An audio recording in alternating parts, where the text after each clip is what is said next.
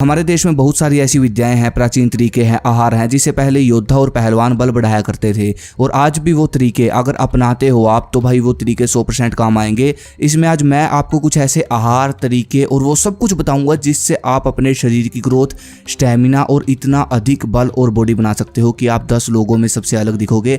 आपकी जो चाल होगी चलने की उसमें एनर्जी होगी, एनर्जी वाली चाल होगी।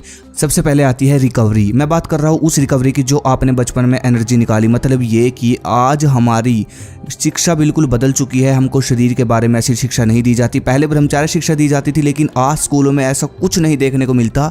इसलिए 13 साल की उम्र के बाद मास्टरबेशन की आदत में पड़ जाते हैं, पोर्न देखते हैं और फिर 18 साल तक आते आते उनकी ग्रोथ वैसी नहीं हो पाती जैसी होनी चाहिए। इनसे जो आपने आपकी बुद्धि का और शरीर का सर्वनाश होया, बुद्धि और शरीर का बल आपने जो खोया, सबसे पहले तो इसकी रिकवरी हमको करनी है। इसके लिए मैं छोटी सी 2 विधियां बता देता हूं। अगर आप इसको फॉलो कर लेते हो तो पिछली जो कमजोरी है वो रिकवर हो जाएगी और एक नई जवान ऊर्जा, आपकी ताकत जो है आपके अंदर बननी शुरू हो जाएगी। पहला काम आपको करना है मुनक्का और अंजीर घर लेकर आनी है और रात को मुनक्का 5 मुनक्के और 2 अंजीर भिगो देनी है और सुबह ब्रेकफास्ट में इसको खाना है।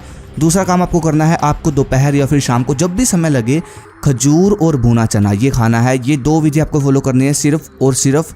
महीने में आपको अपनी बॉडी में और पावर में फ़र्क दिखना शुरू हो जाएगा। और हाँ, ये नहीं है कि आप ये भी कर रहे हो जो मैंने बताया और मास्टरबेट भी कर रहे हो, इसलिए नोफैप का पालन भी साथ साथ करते रहना है और ये पहले तरीके भी याद करके रखने हैं जो मैंने बताया। दूसरा है हर आहार के साथ देसी घी। इस पॉइंट का मतलब ये है कि आपको पूरा दिन जो भी आप खाते हो, 3 टाइम रोटी खाते हो, कुछ भी आहार खाते हो, हर तरह का जिसके साथ देसी घी मैच करता है उसमें आप तीनों समय आपको देसी घी खाना है हर आहार के साथ। मतलब कि जिस आहार के साथ आप खा सकते हो, जैसे कि दूध हो गया, दलिया हो गया, देसी दाल हो गई, चूरमा हो गया, इनके साथ। ये नहीं है कि सलाद के साथ भी देसी घी खा रहे हो, ये नहीं। मतलब जिस आहार के साथ देसी घी मैच करता है वो आपको 3 समय ही खाना है और देसी घी हर आहार के साथ आपको थोड़ी थोड़ी मात्रा में जरूर लेना है। जैसे कि आप सुबह सब्जी में 1 चम्मच डालो, रोटी पर चौपड़ लो और फिर आप दोपहर को दाल में खूब देसी घी डालो, ये बहुत बलशाली आहार बन जाता है।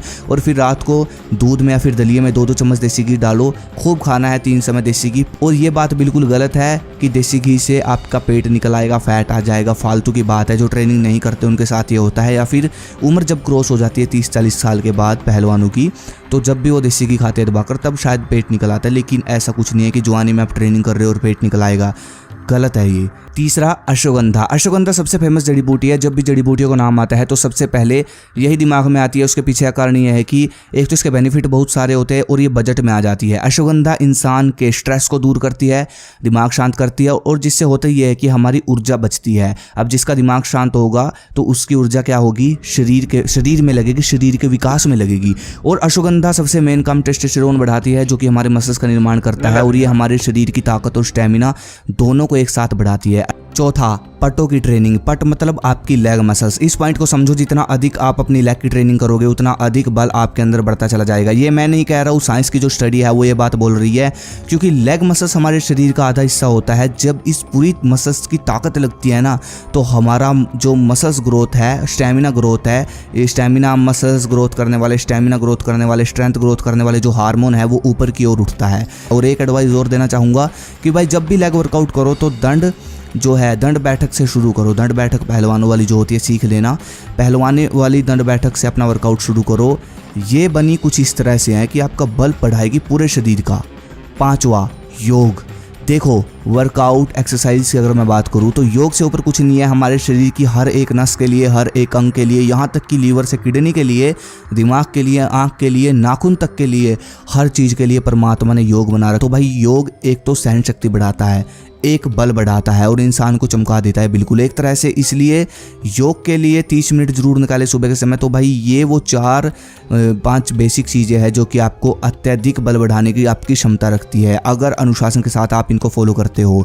और भाई साथ में जो लास्ट पॉइंट मैं हर बार बोलता हूँ, वीर रक्षा करें, तभी जाकर इन पॉइंटों का फ़ायदा होगा।